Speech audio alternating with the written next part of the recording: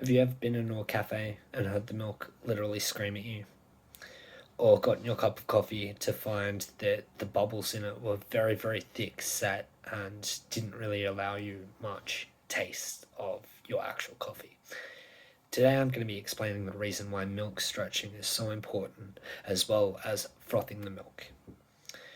So, couple of reasons why you should be texturing your milk. There's fats and proteins inside that milk that expand as you heat it.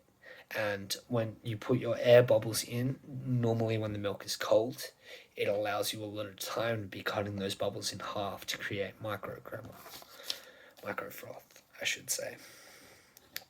So you end up with big bubbles like this. They get cut in half and turn into smaller bubbles, like so. This repeated makes silky textured milk that allows you to pour the best designs, the best looking designs. Flat whites generally have no froth on them. However, you should still stretch the milk, otherwise it'll be really watery and runny.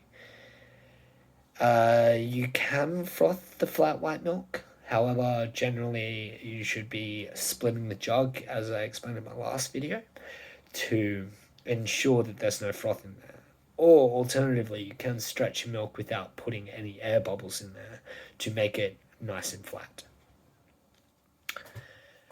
So the technique here carries through not just for your full creams and your skims as such, but also for the alternative milks. There's a little bit less room to play around with the alternative milks. You need to do them perfect, otherwise they are going to curdle as such. However, it is still the same technique of stretching, adding your air bubbles, and then heating up. So to stretch milk, you want your steam wand to sit in the jug just below the surface, and then as you turn it on, there'll be a little bit of a sound that pops through, like sort of like a squeaking, like a kissing sound almost. Then as it heats, the milk will rise slightly above that steam wand, and it will incur it to keep on steaming. So that is a technique when you get it right and you find the sweet spot that you can steam the milk while you're doing other stuff. Normally you have to have your timing pretty right for this, otherwise you will encounter something I have a few times, which is looking out the corner of your eye and seeing the milk volcanoing out of the jug, which is normally not what you want, because one, you're busy, so you're doing more things to try and catch up. Two, you need to re-steam the milk, and the age-old antidote of there's no point crying over spilt milk. Whoever says that has never done my job.